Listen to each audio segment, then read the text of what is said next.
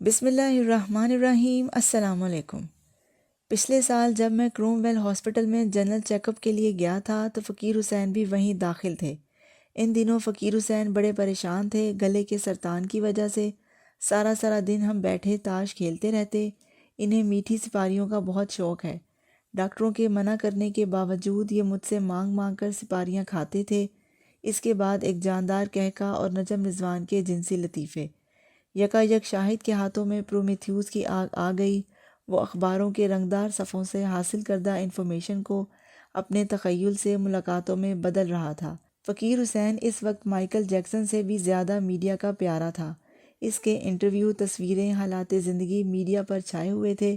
Guinness book of information میں اس کا نام دنیا کے مشہور ترین سنگر کے طور پر چھپ چکا تھا۔ میڈونا اور مائیکل جیکسن اس کے ذاتی دوست تھے۔ ہفتہ وار مذہبی درسوں نے جمیلہ کی زندگی کی تو سدھ نہ لی تھی، البتہ سوچنے اور باتیں کرنے کی قوت آ گئی تھی۔ اپنی موسیقی میں گم، سروں کی ادائیگی میں سرگردہ فقیر حسین کو جمیلہ کبھی سٹیج پر دیکھتی اور کبھی اس کی آنکھیں شامیانے کی چھت پر جا ٹکتیں، اور وہ سوچنے لگتی کہ واقعی وہ جسے چاہتا ہے عزت سے نوازتا ہے، جسے چاہتا ہے دولت سے مالا مال کرتا ہے۔ وہ نہ چاہے تو شہرت ملتی ہے نہ دولت، اور جب وہ چاہے تو خود بخود سامان پیدا ہونے لگتے ہیں، خود ہی اسباب اکٹھے ہوتے ہیں، آپ ہی آپ توفیق مل جاتی ہے، مشقت نہیں کرنا پڑتی، سب کچھ از خود چالو ہو جاتا ہے۔ شامیانے تلے بزنس کمیونٹی اور شامیانے کے پیچھے خلاصی طبقہ، ڈرائیور، بہرے، سارے فقیر حسین کے سحر میں آئے ہوئے تھے۔ کہیں کوئی نگاہ ایسی نہ تھی جو اسے ذاتی طور پر جاننے کی آرزومند نہ تھی۔ یہ توجہ، آرزومندی، خواہش ان امیر لوگوں کے پیسوں سے ممکن نہ تھی۔ جمیلہ بھی فقیر حسین سے ملنے کی خواہش مند تھی، لیکن اس کی وجہ کچھ اور تھی۔ شاہد اس رات اپنے ہم چشموں میں فقیر حسین کے ساتھ اپنی پرسنل ملاقاتوں کے بیان میں مشغول تھا۔ کروم ویل ہاسپٹل کی اولین ملاقاتیں اور امریکہ کے قیام میں اس سحر ساز فنکار کے ساتھ گزارے ہوئے لمحے اس کی مبالغہ آمیز گفتگو کا نچوڑ تھے۔ جمیلہ نے پورے 30 سال بعد فقیر حسین کو دیکھا تھا۔ اس دوران جمیلہ نے اس کے متعلق مضمون پڑھے، اس کی تصویریں دیکھیں، اس کے ٹی وی کے پروگرام دیکھے، لیکن اس نے کبھی کسی کو نہ بتایا کہ وہ فقیر حسین کو قریب سے جانتی ہے۔ اس وقت سے جب اس کے ابا جی ریڈیو اسٹیشن پر پروڈیوسر تھے اور 20-22 سال کا طبع زدہ فقیر حسین ان سے پروگرام مانگنے آیا کرتا تھا۔ ان دنوں جمیلہ کے ابا جی کشمیر بابا کے مزار کے پچھواڑے ایک تنگ سی گلی میں رہتے تھے۔ ریڈیو پاکستان کے پروڈیوسر میر شبیر کا کشمیری گھرانہ حسن کی کان تھا، اور جمیلہ ان خوبصورت لوگوں پر بھی مستزاد تھی۔ کشمیری چائے سی گلابی نمکین دراز قد مغلیہ عمارتوں کی سی روشن چنار کے درختوں کی طرح متناسب اس کا انگ انگ سر میں تھا۔ جب وہ گنگناتی سب چپ ہو جاتے۔ بے جی باورچی خانے کی باسی تھی، کچن میں کام کرتے ہوئے رک کر جمیلہ کا فلمی گانا سننے لگتی۔ بے جی سوچتی جمیلہ تو جادوگرنی ہے، کہیں جو اس کی آواز کسی کے کان میں پڑ گئی تو قیامت آ جائے گی۔ ایک دن جمیلہ کالج سے لوٹی تو بڑی ناخوش تھی۔ وہ باورچی خانے کے دروازے میں چوکھٹ پر رک گئی۔ بے جی اس وقت گوشت کوٹنے کے عمل میں تھی۔ کیا ہوا جمیلہ؟ کچھ بھی نہیں۔ بے جی روئی ہو؟ بے جی کو اپنی اولاد سے بات کرنا بڑا مشکل لگتا تھا۔ ان لوگوں کی جذباتی آنت کرنا ان کے بس میں نہ تھی۔ او بھائی پھر بھی بتا تو صحیح، روئی ہے کیا؟ آپ لوگوں کو کیا؟ سارا دن ابا ریڈیو اسٹیشن رہتے ہیں، شام کو دوستوں کے ساتھ شطرنج کھیلتے ہیں، آپ کو باورچی خانے نے قید کر رکھا ہے۔ میں کیا کروں؟ تمہیں کیا کرنا ہے جمیلہ؟ آج ہمارے کالج میں نعت خوانی کا مقابلہ تھا، میں سیکنڈ آئی۔ اس کی آواز تھرا گئی اور آنسو آنکھوں میں اکٹھے ہونے لگے۔ مبارک ہو، لو بھلا اس میں رونے کی کیا بات ہے؟ تمہاری آواز ہی ایسی ہے، سیکنڈ تو آنا ہی تھا۔ اللہ کا شکر کرو جمیلہ۔ جمیلہ بپھر گئی۔ جی نہیں، میں شکر وکر نہیں کر سکتی، مجھے تو فرسٹ آنا تھا۔ جو لڑکی فرسٹ آئی ہے اس کی آواز تو خاک بھی نہیں۔ ہاں ماسٹر اسے موسیقی سکھانے آتا ہے۔ جج صاحبہ نے کہا کہ میری آواز کچی ہے، اگر میں تھوڑی سی ٹیوشن لے لوں تو کمال کر سکتی ہوں۔ بے جی کے منہ کو تالا لگ گیا۔ بھلا میر شبیر گانے کی ٹیوشن پر کیسے مانیں گے؟ ایسی روایتی محلے داری، پھر کشمیری بابا کے سامنے ڈبی کا علاقہ، گھر میں کشمیری لوگوں کی روایت کا ایک پورا پیٹرن، زندگی جینے کی ایک پوری اساس۔ بے جی ابا جی سے کہیں مجھے کسی استاد کی ٹیوشن لگوا دیں، ان کی پروڈیوسری کب کام آئے گی؟ بیجی کو آگ لگ گئی، ہم تجھے کالج اس لیے نہیں بھیجتے کہ تو گھر نت نئے مسائل لے کر آ جایا کرے۔ میں نے 100 بار میر صاحب سے کہا اسے نعت خوانے کی اجازت نہ دیں، چھوٹی اجازت سے بڑا حوصلہ کھلتا ہے، پر وہ تو تیرے آگے بولتے ہی نہیں۔ جمیلہ ہاتھ جوڑ کر کھڑی رہی۔ اماں بس تھوڑی دیر ٹیوشن لگوا دیں، پھر آپ بے شک خود ہی ٹیوشن بند کر دینا اپنی مرضی سے، مجھے کوئی صورتحال کا پتہ تو چلے۔ اماں جب آپ کو اعتراض ہو خود ہی ٹیوشن بند کر دینا۔ اس وقت جمیلہ کے دماغ میں ایک ہی بھیڑ گھسی تھی۔ جمیلہ مڈل کلاس لڑکی کی طرح پنجابی میں پلیز اور پرومس کر کے کہہ کر چپ ہو گئی، لیکن اس کے اندر سے بذات خود ٹرافی اٹھانے کا خواف کبھی چپ نہ ہوا۔ میر شبیر کے گھرانے کو زیادہ اصرار کرنے کی عادت نہ تھی، وہ خواہشوں کو دبانے، احتجاج کو دم بخود کرنے اور واضح کو غیر واضح کرنے کے عادی تھے۔ میر شبیر کے خاندان نے خواہشات کی نکاس کے لیے ایک بنیادی اصول بنا لیا تھا، یہ لوگ بڑی خواہش میں سے تھوڑی سی ہوا نکالنے کے قائل تھے، خواہش کا راستہ نہ بدلتے، بس اس خواہش کو تھوڑا بیج بچا کر راستہ دے کر اس کی شدت کم کر دیتے، جس طرح ٹائر میں سے تھوڑی سی ہوا نکال دیں تو گاڑی اچھلتی چھلانگیں لگاتی نہیں چلتی۔ ابا جی پلیز میری ایک بات سن لیں، ایک بات مان لیں، پرومس، بس جس وقت آپ چاہیں گے، بلکہ جب امی کی مرضی ہو، وہ ٹیوشن بند کر دیں پلیز۔ رات کو جمیلہ باپ کے پاؤں دبا کر اٹھی تو اس کے سامنے ٹرافی نظروں کے سامنے تھی۔ کیسی ٹیوشن؟ میر صاحب نے شطرنج کے مہرے اٹھا کر پوچھا۔ جمیلہ نے نعت خوانی کا واقعہ پھر تفصیل سے بیان کیا۔ اور کیا ہوا؟ بات تو تمہاری ٹھیک ہے، یہ بھی درست ہے کہ میں ریڈیو اسٹیشن پر پروڈیوسر ہوں اور ٹیوشن کے لیے ماسٹر ڈھونڈنا مشکل نہیں، لیکن تم خود ہی خیال کرو یہ 2 قدم پر کس قسم کا بازار ہے اور محلے والے کیسے جاہل ہیں۔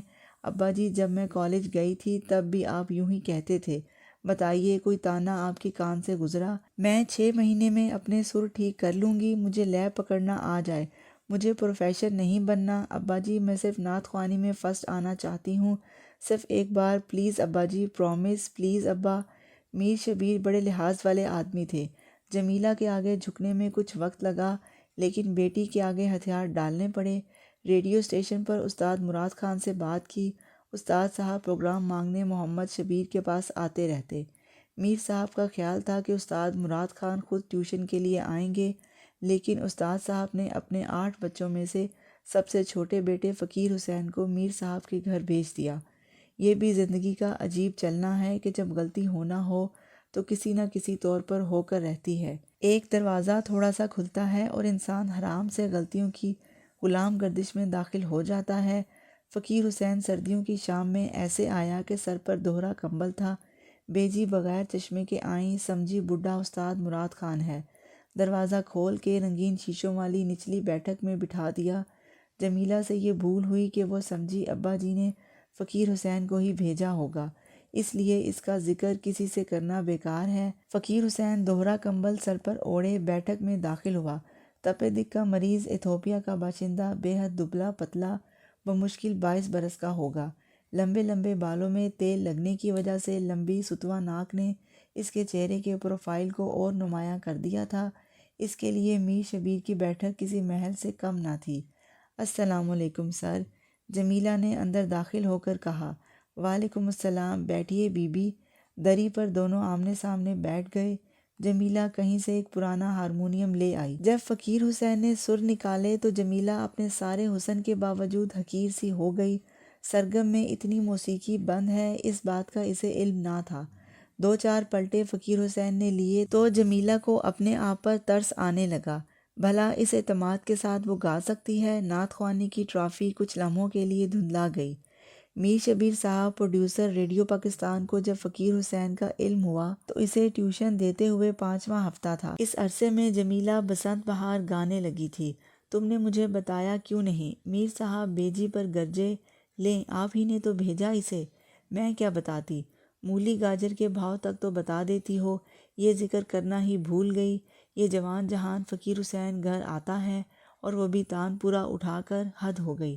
کیا سوچتے ہوں گے محلے والے بیٹی کو کیا بنانا ہے؟ یہ تو اس وقت سوچنے کی بات ہے جب آپ نے اپنی لاڈلی کو ٹیوشن کی اجازت دی۔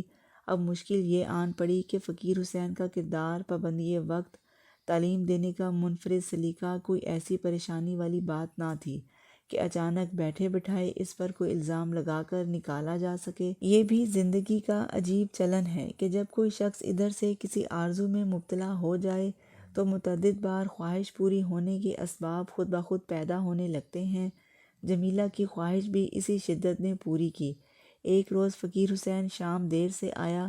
سردی کا موسم تھا، بارش کچھ دیر پہلے رکی تھی اور سرکتی سسکتی ٹھنڈی ہوا سارے گھر میں نقطہ انجماد کو بکھیرتی پھر رہی تھی۔ فقیر حسین کھیس اوڑھے تان پورا اٹھائے دری پر آ کر بیٹھ گیا۔ جمیلہ نے ہارمونیم پر ہاتھ چلا کر اوپر نظر کی تو فقیر حسین لرز لرز کر دانت کٹکھٹانے کے عمل میں تھا۔ پھر وہ تان پورے سمیت کھیس تانے بے ہوش دری پر لڑھک گیا۔ جمیلہ نے اٹھانے کی کوشش کی لیکن فقیر حسین بے سدھ تھا۔ جمیلہ گھبرا کر اندر گئی اور بیجی کو ساتھ لے کر آئی۔ دونوں نے مل کر فقیر حسین کو صوفے پر لٹایا، سر کے نیچے تکیہ دیا اور اوپر لحاف اڑایا۔ فقیر حسین کی آنکھوں کی صرف سفیدی ہی نظر آ رہی تھی۔ وہ رضائی کی گرمی پا کر بے ہوشی سے گہری نیند میں چلا گیا، لیکن دونوں ماں بیٹی ششدر کھڑی رہ گئیں۔ خاصی دیر چپ رہنے کے بعد بیجی کے اندر کا ابال منہ تک آ گیا۔ انہیں شبہ بھی نہ تھا کہ فقیر حسین، جس کے لمبے بازو ٹانگیں صوفے میں سما نہ رہے تھے، کچھ سننے کا اہل ہے۔ وہ بلک کر بولیں، لے جمیلہ، تیری ضد نے تو میری ناک کٹوا دی۔ اب جو میر صاحب ریڈیو اسٹیشن سے آ گئے تو میری شامت آ جائے گی۔ مجھے تو اس کے گھر کا بھی پتہ نہیں، ورنہ ٹیکسی پر ہی چھوڑ آتی۔ کیوں شامت آئے گی بیجی؟ جمیلہ نے بھول کر پوچھ لیا۔ ایک اجنبی، نامحرم، اور ہم دونوں اکیلی ہیں۔ اس حال میں جمیلہ نئی تعلیم سے آراستہ تھی اور بیجی جتنی ڈرپوک بھی نہ تھی۔ بیجی، استاد جی کو تیز بخار ہے، ابھی ہوش میں آ گئے تو گھر چلے جائیں گے، اس قدر آنکھیں پھاڑنے کی بھی ضرورت نہیں ہے۔ بیجی طیش میں آ گئیں۔ چلے جائیں گے؟ آ گئے تھے؟ یہ تو کیسے بول رہی ہے؟ جمیلہ معمولی مراسیوں کا لڑکا اور تو اس کی اتنی عزت کر رہی ہے۔ کیوں تیرے ابا جی سن لیں تو میری چمڑی ادھیڑ دیں گے۔ نہ جانے کیوں جمیلہ کی آواز اونچی ہو گئی۔ بیجی میرے استاد ہیں، ٹیچر ہیں، میں ان کی عزت نہ کروں پھر ان کا علم مجھ سے کہیں زیادہ ہے۔ اب اماں بیٹی جھگڑے کی حدود میں داخل ہو گئیں اور انہیں بھول گیا کہ فقیر حسین کہیں سنتا ہی ہو۔ میں پچھلے دنوں سے یہ دیکھ رہی ہوں جمیلہ، تیرے تیور بدل گئے ہیں۔ جو بات بیٹی کے دل میں ہوتی ہے ماں کے ناخنوں میں ہوتی ہے۔ مجھے کوئی ایسی ان پڑھ جاہل نہ سمجھنا۔ جو کچھ سات پردوں میں چھپ کر تو سوچتی ہے مجھے سب معلوم ہوتا ہے۔ جمیلہ گرجی، لے میں نے کیا سوچا ہے؟ ماں غصے میں چند ثانیے چپ رہی، پھر گردن اکڑا کر بولی، ضروری ہے کہ کچھ کرے تو پتہ چلے، تیرا رویہ ہی ایسا ہے۔ یہ آپ کیا کہہ رہی ہیں بیجی؟ جمیلہ کے سر سے چھت اڑ گئی۔ ٹھیک کہہ رہی ہوں، ابھی تو میر صاحب نے تجھے فقیر حسین کو دری پر سے اٹھاتے نہیں دیکھ لیا، وہ دیکھ لیتے تو قیامت آ جاتی۔ پتہ نہیں کیا بات تھی، لیکن جمیلہ بھی کبھی کبھی لمبے سفر لمحوں میں طے کر لیتی۔ زیادہ سے زیادہ کیا ہوگا بیجی؟ زیادہ سے زیادہ میں استاد جی سے شادی کر لوں گی۔ ایسا فنکار صدیوں میں پیدا ہوتا ہے، بڑا اعزاز ہوگا میرے لیے۔ زناٹے سے ایک تھپڑ جمیلہ کے منہ پر آیا۔ فقیر حسین فوراً ہاتھ باندھ کر اٹھا۔ آپ انہیں کچھ نہ کہیں۔ بیجی میں چلتا ہوں۔ جمیلہ، ہم نے تیری خواہش کا احترام کیا، سارے اصول توڑ کے ہم نے تجھے یہ آزادی نہیں دی کہ تو اس بے عزت کنگلے کو ہمارے منہ کی کالک بنا دے۔ آپ ہی تو کہا کرتی ہیں، عزت و دولت خدا دیتا ہے، وہ کسی کی سفارش سے تھوڑی دیتا ہے۔ ان کو بھی دے گا بیجی۔ آج تک تو نے کبھی میرے سامنے منہ نہیں کھولا اور آج اس کی خاطر میرے منہ آ رہی ہے۔ فقیر حسین اور جمیلہ دونوں چپ ہو گئے۔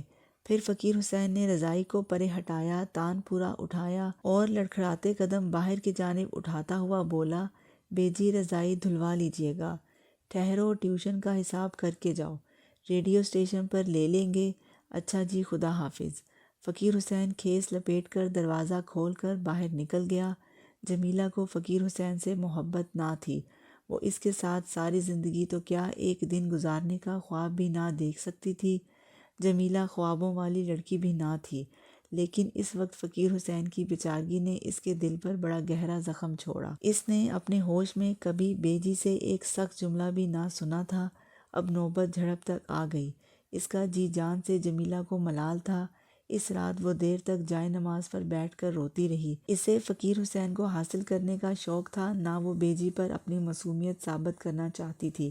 بس رہ رہ کر اس کے دل سے ایک ہی صدا نکل رہی تھی، یا میرے مولا جیسی بے عزتی سے تو نے استاد جی کو نکالا ایسے ہی بڑی عزت سے انہیں یہاں لانا۔ عزت اور رزق تو ہی دیتا ہے میرے مولا، مجھے یہ دن ضرور دکھانا، میرے آقا میرے گھر والوں دنیا والوں کو یہ ضرور جتانا کہ عزت اور رزق تو ہی دیتا ہے، اس پر کسی کو اجارہ نہیں۔ شاید یہ گھڑی قبولیت کی تھی، شاید اس کے آنسوؤں نے ساتویں آسمان میں سوراخ کر دیا تھا۔ ہو سکتا ہے اسی لمحے جمیلہ کی معصومیت نے اوپر والوں سے نوٹ لکھوا لیا ہو۔ آج اتنے سال گزرنے کے باوجود اس کے پاس شہرت کی بانسری تھی، وہ اپنے فن میں یکتا تھا اور اس کی یکتائی کو دولت کی باڑ توڑ نہ سکتی تھی۔ نیوز رپورٹر انٹرویو لینے کے لیے پہنچ چکے تھے۔ جمیلہ ان میں راہ بناتی فقیر حسین تک پہنچی۔ اس کے آنے پر فقیر حسین نے نگاہیں نیچے کر لیں اور ہاتھ پرارتھنا کے انداز میں جوڑ لیے۔ بی بی جی کیسی ہیں آپ؟ آرٹ سے محبت کرنے والی خواتین کے لیے یہ ایک نیا سکینڈل تھا۔ میں ٹھیک ہوں، اور بیجی؟ جب سے میر شبیر حسین فوت ہوئے بیجی فالج سے پڑی تھیں۔ جمیلہ کو میکے گھر جانے کی فرصت کم ملی۔ بیجی کے لیے ایک بڑھیا نوکرانی رکھ دی تھی جس کی تنخواہ اور اخراجات جمیلہ باقاعدگی سے ادا کرتی، لیکن کشمیری محلے کی طرف جانے کا اتفاق کم ہوتا۔ جمیلہ بیجی کا نام سن کر گمسم ہو گئی۔ اور بیجی؟ وہ بھی ٹھیک ہیں جی، آپ کو یاد کرتی ہیں۔ پتہ نہیں جمیلہ کے منہ سے کیوں نکلا میں حاضری دینے آؤں گا آپ کی طرف، اور میر صاحب ابا جی تو فوت ہو گئے۔ دونوں نے تھوڑی دیر خاموشی سے سر جھکا لیا جیسے کسی بڑے آدمی کا ریفرنس ہو۔ سنا ہے شہرت اور دولت میں ایک صفت میلہ گھومنے کی بھی ہے، یہ پھوار کی طرح پڑتی ہے، شبنم کی طرح اڑ جاتی ہے۔ جب ستارہ پیشانی فقیر حسین نے سارے لوگوں کے سامنے جمیلہ کے آگے عاجزی دکھائی تو پتہ نہیں کیسے شہرت اور دولت کی روٹھی ہوئی آبشار کے چھینٹے شاہد پر بھی آ پڑے۔ اس بھولے بسرے جوڑے کا گلیمر ایک بار پھر زندہ ہو گیا۔ کچھ نے اسکینڈل کی زبان میں کھسر پھسر کی، کچھ نے آپس میں سوچا کہ شاہد کو اثر انو راستہ دکھانے کی ضرورت ہے۔ سنا ہے دینے والا بڑی حکمت سے دیتا ہے۔ جوں ہی شاہد کا مردہ ذکر زندہ ہوا اس کے دن پھرنے لگے۔ بدنصیبی کے ہاتھی کو کنکر لگتے ہی موت آ گئی۔ برسوں پہلے مانگی ہوئی دعا جمیلہ کی قبول ہو چکی تھی، اور اللہ نے دکھا دیا تھا کہ عزت اور ذلت اس کے ہاتھ میں ہے۔ فقیر حسین کے پاس روپے پیسے کی ریل پیل تھی، اور دوسری طرف شاہد پریشان تھا، اور وہ یہ سمجھتا تھا کہ وہ جو کچھ بھی کرتا ہے، جو کچھ بھی اس نے حاصل کیا تھا، وہ اس کی اپنی محنت تھی، اس میں اللہ کا کوئی عمل دخل نہیں تھا۔ لیکن جلد ہی اسے اس بات کا پتہ چل گیا۔ فقیر حسین جب بیجی سے ملنے کے لیے پہنچا تو اس کا جنازہ گلی سے نکل رہا تھا۔ جمیلہ کو ایک ہی رنج تھا کہ بیجی نے فقیر حسین کی شان و شوکت کیوں نہ دیکھی۔ یہاں تک تو وہ سمجھ پائی تھی کہ عزت اور شہرت اللہ کے دم سے ہیں، لیکن یہ بات ابھی اس کے دماغ میں نہ آئی تھی کہ کبھی کبھی بے قصور کو سزا ہو جاتی ہے، اور کبھی بھاری غلطیاں کرنے والے لوگ بچ جاتے ہیں۔ شاید وہ روزے حساب کے فلسفے پر پورا ایمان نہ رکھتی تھی اور اس کی اہمیت نہ جانتی تھی، ورنہ وہ شاہد اور بیجی دونوں کو معاف کر دیتی۔ میری دعا ہے کہ اللہ آپ کو آسانیاں عطا فرمائے اور آسانیاں تقسیم کرنے کا شرف عطا فرمائے۔ آپ سب کا بہت بہت شکریہ۔ آپ لوگ میری ویڈیو دیکھتے ہیں، سنتے ہیں، سمجھتے ہیں، پسند کرتے ہیں، شیئر کرتے ہیں، اور میرے چینل کو سبسکرائب کر کے مجھے موٹیویٹ کرتے ہیں۔ جزاک اللہ۔